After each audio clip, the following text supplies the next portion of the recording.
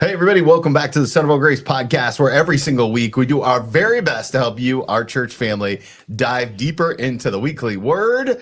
I'm here with the whole ensemble in a brand new space. Yeah. Who would have thought? Who would have thought? New space. New space. This is like our fifth one. Well, it's a good problem. Well, we keep renovating rooms. We keep getting pushed out of places, and we're just running out of places to hide in the corner. And truthfully, one of our goals for this year is to do more storytelling. Yep. And so finding dedicated spaces where we can put the backdrop, where we can put the lights in and tell stories in a really good way is really important to all of us. So thank you for your podcast patience. And now let's jump into the week in review. What you got for us, Dave Holmes? Hey, man, what a Sunday. That was fantastic. It was. What a Sunday. That was better than I thought it was going to be. Like, as far as expectations, as far as how many people show up and just the quality, I just thought it was really good. What number are you putting on it? It was like maybe 3/4 of that stadium was full, right? I don't know. We have an official number, but I'll let you guys Do we guess have an on it official first. number? We do. 1,500. Oh, your waist. It was, I think it's probably 4,392. Whoa. Okay. The correct was just under 4,500. I was way off, man. So the difference is I know that the Samsonite. stadium. I was way off. That's why you don't count attendance on Sunday morning. That's We do right. it. It's not my. And I know my that the forte. stadium. I know that the stadium holds 8,000. Oh, okay. I didn't. Yeah. Right. So Yeah. Yeah. Sure. Between both sides, I didn't or want to. just on the home side. just on the home side. Oh wow. To be fair, Oh. I didn't want to like give a great high number, and then it's like, oh no, it was only. Somebody asked me how it went, and I was like, "Oh, it's probably close to 7,000." No, I'm just kidding. No. Yeah. So hey, 4,000. Wow, that's amazing. That's awesome. Yeah. Yeah. Cool. So that was your highlight. That was great. Yeah. Beth and I got to sit together with the boys, and it was great. And that never happens. I know. And we brought a neighbor. Ezra invited one of his friends from the neighborhood. Never been to Dang. church before. Wow. So as That's far as I awesome. know, yeah. So Yeah. don't get your hopes up. It's not like this every week, but Well, we warned him like this is going to be a little A different. little So, different. It was really warm. It was Ooh. so but it warm. was warm. never felt closer to heaven and closer to hell at the same time. Oh man, From the heat, not from from, the anything heat, else. Just sure. the heat. Right, just the right. heat. Mm-hmm. the drops of sweat were coming. Yeah, Oh, for sure. yeah. And if I sweat, it's hot because I don't normally sweat. Yeah. So Well, it's- that's it not was- true for the other two people. Nope, at I'm this table. sweating right now. Look at me. I'm already sweating.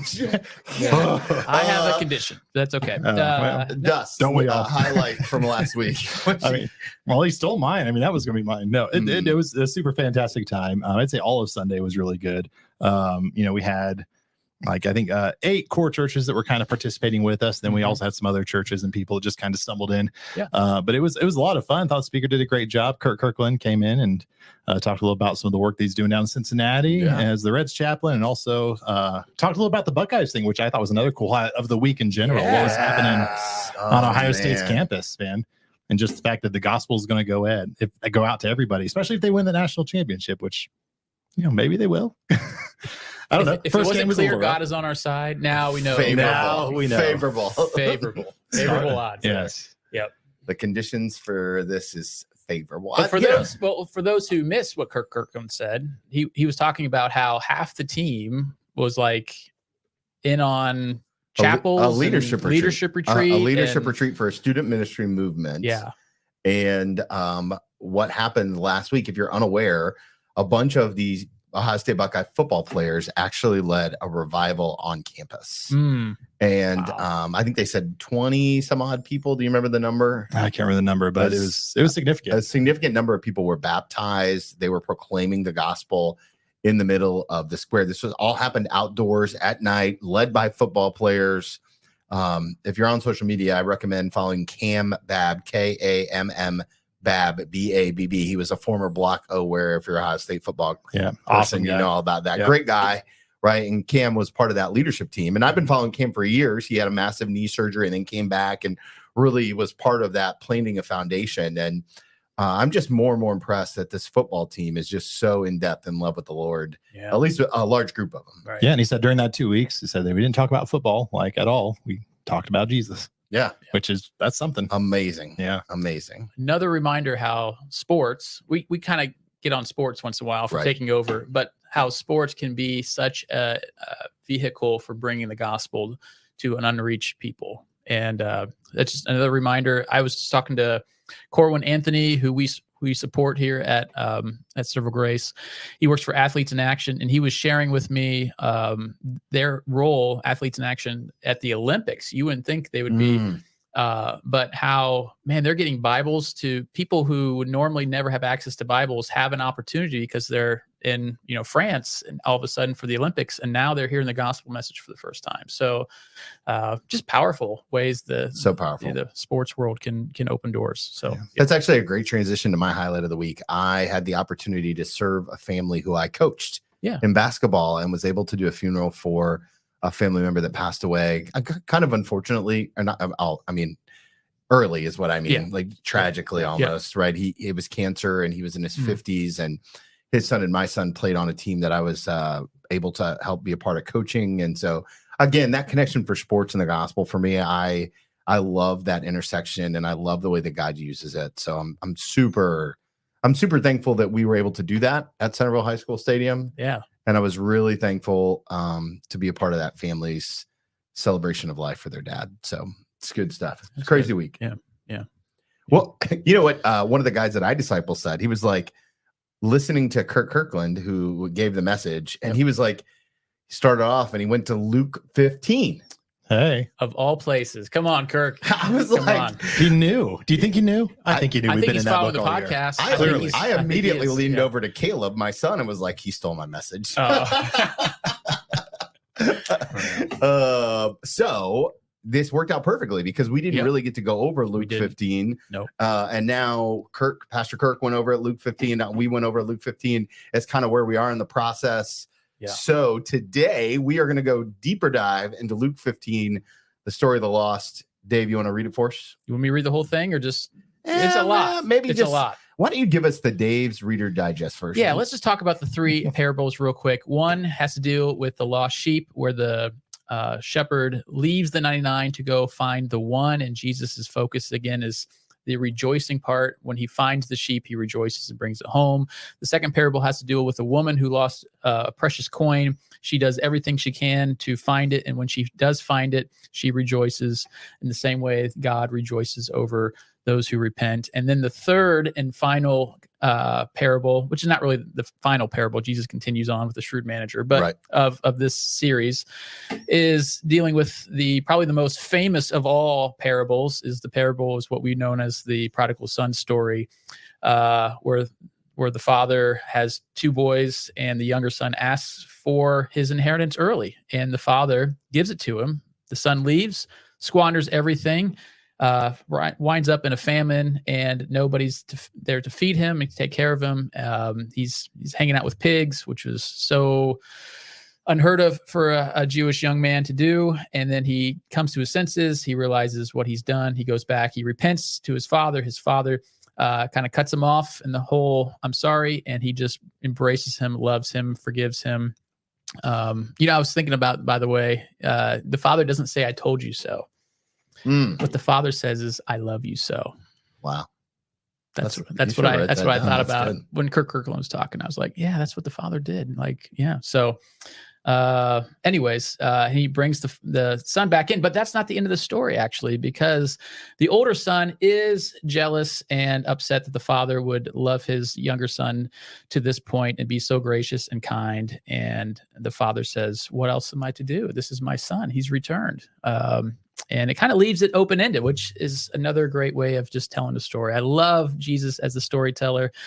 He plays off our imaginations so much. And so that's where we're at. Dust, when you think about these three stories, what are some of the things that immediately come to your mind? It's obviously Jesus being super intentional here with it's pretty rare that he would tell three stories with kind of the same, purpose. Yeah. What do you think about this chapter and kind of when you dive into all of this? Yeah, I mean, I think to me, it's really it's a piece on love, right? How much does Jesus love us that he would, leave 99 to chase the one? We're the one. And, that's just amazing how God loves us so much. So I think for anybody that's listening, if you think, hey, am I too far gone? I haven't done, like, say you've got two neighbors next to each other. This is my own parable in my own words, right? And you've got one neighbor that goes to Centerville Grace Church every week and is in disciple making relationships and doing all the right things. You've got another neighbor that you maybe could call that person a Gracie. A Gracie. I could. I was going to call him Tim, but that's for no reason. I just made the word up. A Gracie. We'll tell you more about that later. That's a tease. That's a tease. Yes. And then you've got another neighbor who maybe they came to church 20 years ago and then they've been off living a life of debauchery, and then they come back. Okay, who does God love more out of those two? The answer is yes. It's so, I think there's some righteous jealousy in that, like, especially when you look at the two brothers parable, the jealousy of like, I've done the right thing for so long. I have, fought the good fight. I've raced the race. And here this guy has gotten to do whatever he wanted. And then just because he came back, you're just as happy with him as you are with me. It's like, yeah. And I think that should make us equally uncomfortable, but equally grateful to who the character of God is. Dave, same question to you. When you think about these three stories, what are some things that pop into your head? I think it's just Jesus is so emphatic on this point that he spends three parables back to back to back, emphasizing just where the hearts of the Pharisees were at versus what Jesus's whole mission was all about. And there's so many different things I want to talk about with this. That's where I'm like, because you have the loss factor, you have reaching those who are far from God, but I just love the stories. Jesus is such a master storyteller. So good. I mean, I would love to geek out on 30 minutes of just how good the parable of the lost son is, just in just so many different ways. So we can get into that. We can get into just the nature of evangelism, but it's so good. So good. One of the things that always strikes me about this, or that struck me about this particular time in studying it, is that how much celebration happens in each parable. Yeah. I think sometimes that I know that Jesus pursues the lost. I know that we see that in there, but also the amount of rejoicing that happens when the lost are found, whether that be the sheep, whether that be the money, or whether that be the son. It just reminds me of the joyful nature of who God is. And I think if there's a part of my walk with the Lord that I could remember more, it's how joyful he is in the midst of because this is hard work. Like going after the one is hard work. Yes. Right. Like the father going out to the sons is hard work. Like this kind of relational work, searching the lost is hard. And so I think that the joy when the lost are found just seems really relevant to me this particular time. Yeah. I think this is probably one of the keys to why churches are a lot less joyful than what they could be or should be. It's because they're not reaching lost people. They're not actively seeing lives transformed and the hopeless lost becoming happily found. They're not seeing that. So, if you really want joy, I think this is one of the ways you get it. I've never thought about it as being prescriptive. Is that what you're suggesting? Yes. Okay. I look at it that way in some ways. I'm like, listen, where do we find joy in this broken, sin-filled world? It's when we see people who are far from God wake up and realize I need Jesus. And what greater joy is there? What greater joy does have someone's eternity be changed in a flash of an eye? I can't think of any. Can you? What's better than that? No, I got nothing. Right? I mean, I don't, Any thought I had was really just be a sarcastic response. And I was really trying so hard not to ruin the moment. I was like, Bengals win the Super Bowl. Right. It'd be great. That'd be, But it's not the same level of joy. No, totally not, right? And to see your son or your daughter come to faith. I mean, what greater joy as a parent? So, if we were missing out on joy, to me, this is like one of those checks in my heart. I'm like, if I'm not feeling joyful, I'm not rejoicing, well, how often are you going out to search for the lost? How much time are you putting into that? So that's good. Yeah. Tess, when you think about the parable of the lost son, obviously that's kind of out of the three, it's the one that's got the most meat on it. It's got some really interesting character development. So let's kind of spend the rest of our time focusing on that part of chapter 15. What do you think about the most when you think about the parable of the lost son?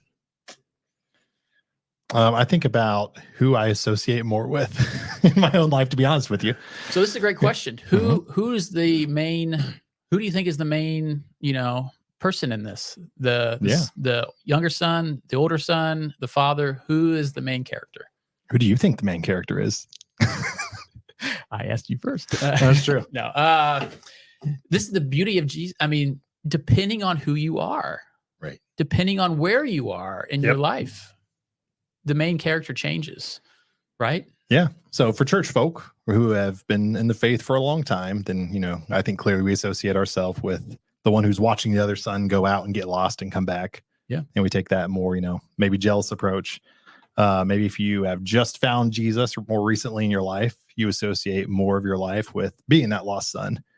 And, there's probably, like you said earlier, I think there's probably more joy in that one than the other one. Yeah. Right.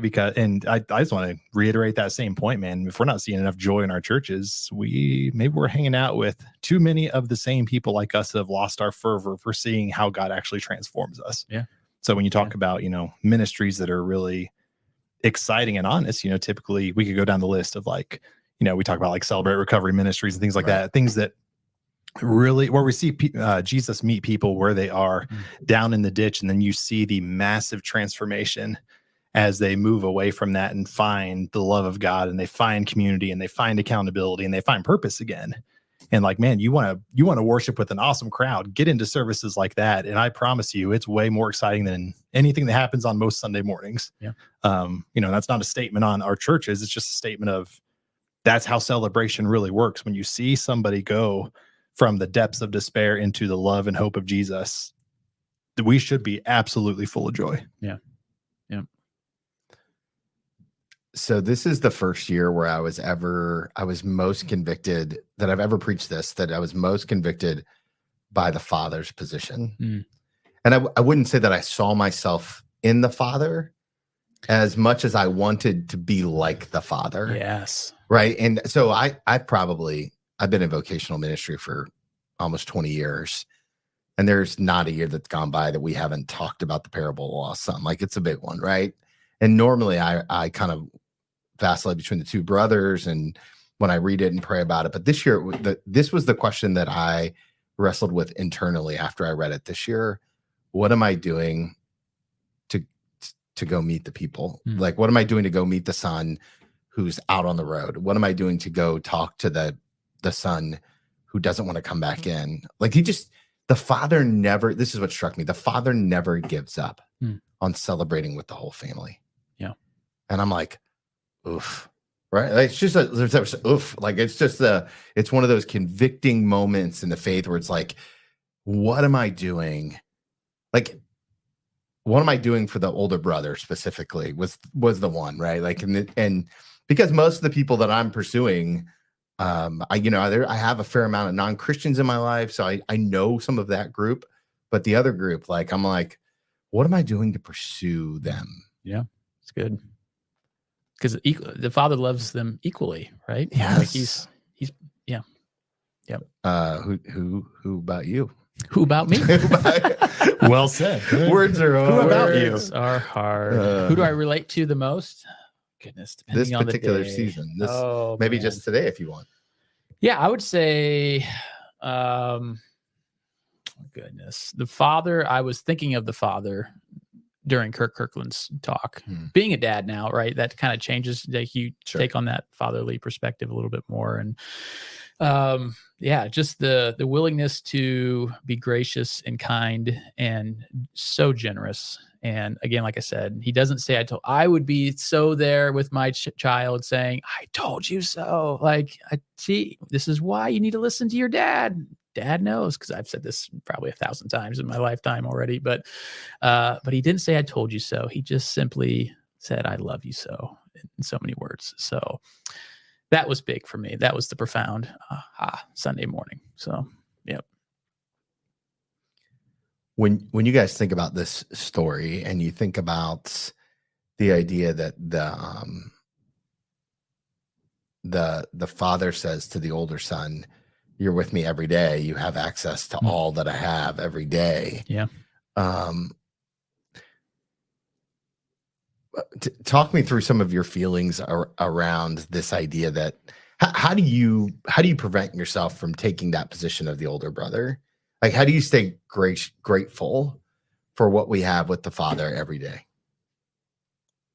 I feel like you have to have some kind of practice in your life that reminds you of the reality of the joy of living with God, even when it becomes, maybe in seasons, maybe when you're in a dry season, or you haven't seen God move the same way in this season as maybe he met you in other places. So, what's that deep relational intimacy look like with God, and what are we doing to make sure that we're always reminding ourselves that we should never reach a place of entitlement? Because I think we become, in a holy way, maybe wholly entitled, entitled in a holy way, right? I don't know. Self-righteous is the word that came to mind as you were describing wholly entitled. Wholly entitled, WH or just HOLY, wholly entitled. That's the one I was going for. Yes. But like, when we've walked with, if we've walked with the Lord for a long time, it's really easy to take things for granted. Mm-hmm. It's really easy for things that were once joy-filled to become routine. And sometimes, I think even as pastors, right, sometimes it's stuff in the church that's like, oh, that's amazing. I mean, I've seen this happen before numerous times. So even amazing things can start to become routine unless we're constantly renewing our mind and renewing our relationship with God daily, and making sure that we're always grateful for what God is providing for us, and for us, what he allows us to do and be a part of.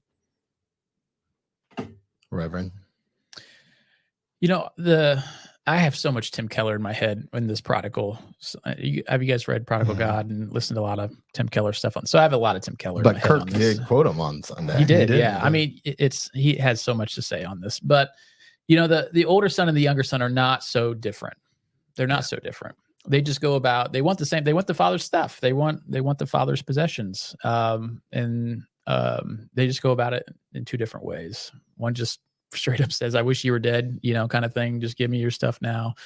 And the other one says, I'll just work for you. I'll just try to be good, and I'll try to just do good and try to please you. And then I'll get my stuff. So they're not far apart as much as we think.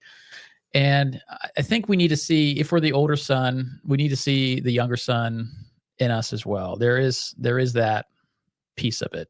Right. We just go about it a different way.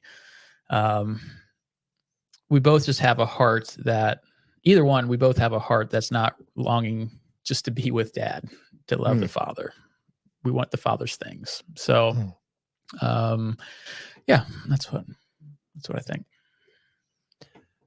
I was reading Carlos Whitaker's new book recently, and he talked about this idea about the word behold. Mm-hmm. And this idea that, behold, this is the Lamb of God who takes away, this idea about like this, it's kind of like an awe I see. And so I've just kind of been playing around a little bit with that word behold and what that means and what that looks like. And I think that being beholden to who God is one of the ways that we can really fight that temptation to be kind of ambivalent about what God is doing in there. And, this Sunday is a great example. I mean, if I was true, honest confession, I was not really looking forward to Sunday morning prior to Sunday morning. There's just a lot of people. I knew it was going to be hot. I've gone to enough JV games there to know that the sun is going to be baking, right? Typically there's always sound problems, which there were. Yeah, what was up with that? The generator generator blew a fuse. Yep. Is that what it was? Okay. Pushed too much amperage to it, pushed the volume a little too much, and pop. Man. And so like I was like, this is going to be cute, but it's not really like, it's not super transformational. That was if I can just be honest, that was the resentment that I had walking in. And I felt like during worship, as I was sitting next to my son, and then my daughter and her girlfriend were there, who stayed the night. And then one of my son's other basketball player friends was staying, like all of a sudden these people who we never get to worship with were worshiping with. And I was like, like it was both convicting and like, behold, this is the church, right? Like it was like, whew. So I think that's one of the ways that I try to fight it sometimes. Yeah. Yep.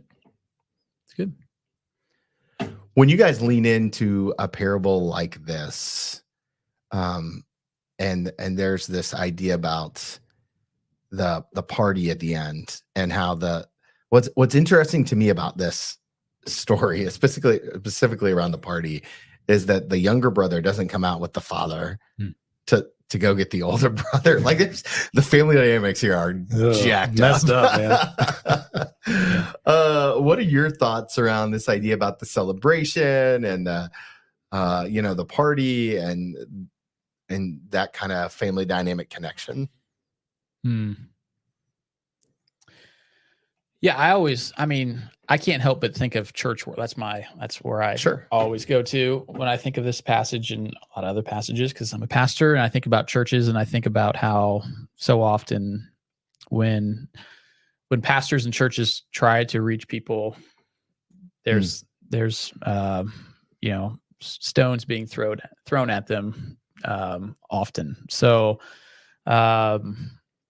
I just think, wow, we just have so many, I think, people who, and I'm not saying our church specifically, just in the church generally, that there are people who just don't get what we're supposed to be doing here on earth. I think they just lost sight of the mission, or never had been really given the mission. And we just want to form these holy huddles, as we call them, and we just want to be safe, and we want to, just read our Bibles, sing, pray, and just be together, right? Or even alone. But we're not on mission at all. And I think if we really have the heart of the Father, we have to stay on mission. And we tend to lean in, or move, or not lean in. We tend to turn in, and we need to be outward facing always.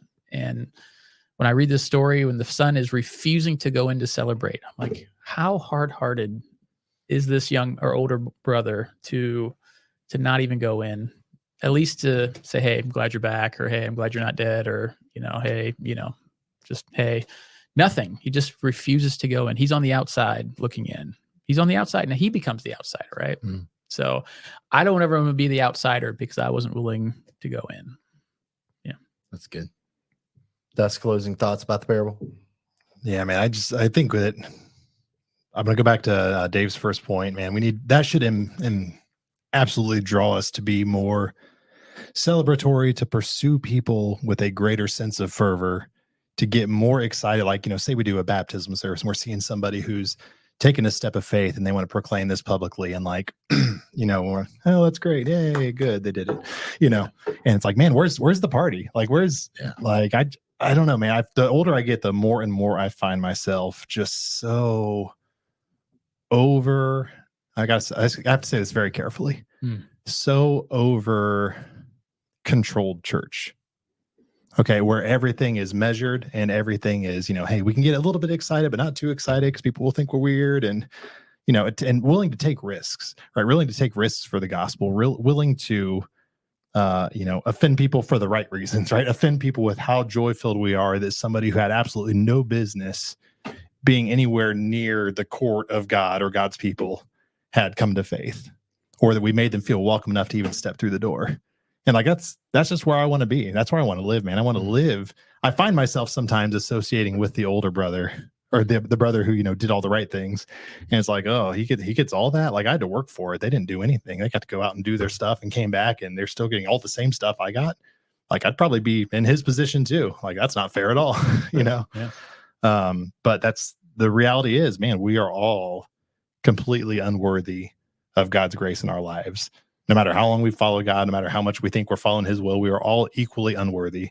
And therefore, man, let's all be equally joyful whenever anybody comes to faith. I love that. All right, guys. PRs for the week, pastoral recommendations. Every single week we try to give you, our church family, something to take home with you. Do you got one? You want me to go first? What do you got? Yeah, if you want to geek out on the prodigal son story a little bit more, I got a book for you. It's called What Do They Hear? And it's called Bridging the Gap Between Pulpit and Pew by Mark Allen Powell. And what he does in this is he looks at the prodigal son story, among other things, but chapter 2, he specifically does the prodigal son story.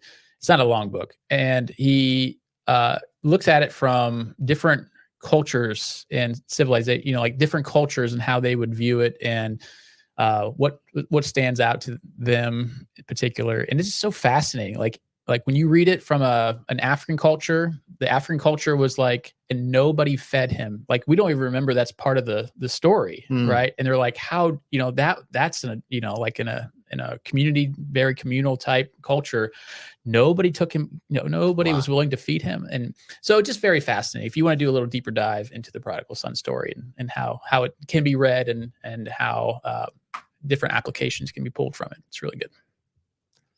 I think for me, one of the things that I would give as a PR this week is to find a stream of non-Christians, right? That's our friend Justin talks about a stream of non-Christians all the time. Like, who are the people in your life that don't go to church that you hang out with? I think it's important as we just kind of lean into finding the lost, that we have places and spaces where we hang out.